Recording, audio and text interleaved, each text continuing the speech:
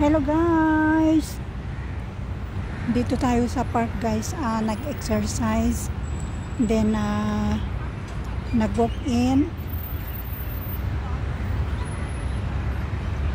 Kasi Wednesday ang off ng lola nyo, hindi pare-parehas. Minsan Thursday, minsan Sunday, minsan Saturday, minsan Wednesday.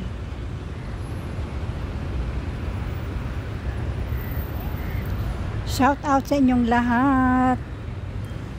Thank you guys for supporting me, especially to my silent live for my WH. Until now, hindi ko pa reach ang 4K. Ano siya? Pababa ng pababa guys. Hindi, imbes na tumataas yung WH ko, ay nababawasan, bawas ng bawas. Ay nagsasayang Pilipina doon guys. Dito ko lang iharap kasi hindi pwedeng iharap doon sa may mga lokal. Kasi bawal. By the way, gusto ko magpasalamat sa inyo guys sa support nyo. Maski hindi ako nakakadalaw sa inyo. Thank you. Hindi ko man kayo mabanggit lahat. Big thanks to all of you guys. Especially to those always supporting my silent live for my WH. Minsan kasi napapatay kasi, minsan may hina ang signal, at kung saan ko iniikot-ikot ang ano ko kasi maraming lokal doon, bawal guys. Yun,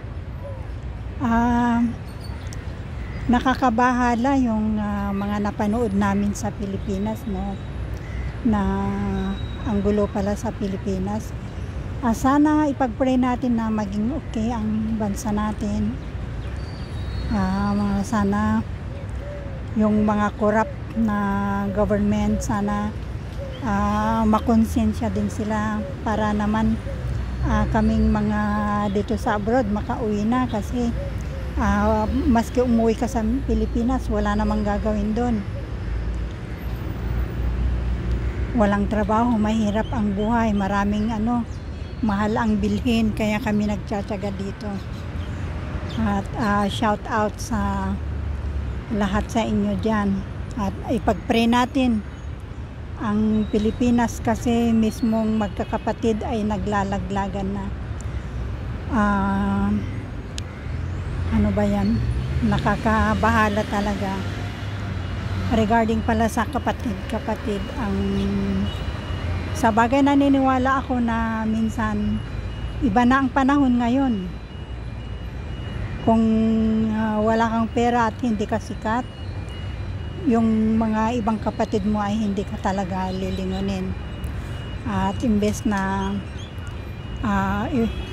tulungan kang ipag-pray, mas gustuhin pa nila na ikaw ay hihilain pababa, gaya ng mga sikat, gaya ni Ma'am Senator Amy Marcos. Nilaglag na ang kanyang kapatid. Hindi naman siguro nagsisinungaling si Ma'am Amy na sisiraan yung kapatid, at sana naman yung kapatid presidente pa ng Pilipinas ay sana naman ay hindi totoo. Kung totoo man, di magpagamot na lang at ayusin ang bansang Pilipinas. Yun lang ang masasabi ko. Maraming OFW na nag-react dito nung nanonood kami doon sa trabaho ko. Yung mga kababayan nalulungkot dahil totoo kaya, namin iniisip namin din na totoo kaya na ganon ang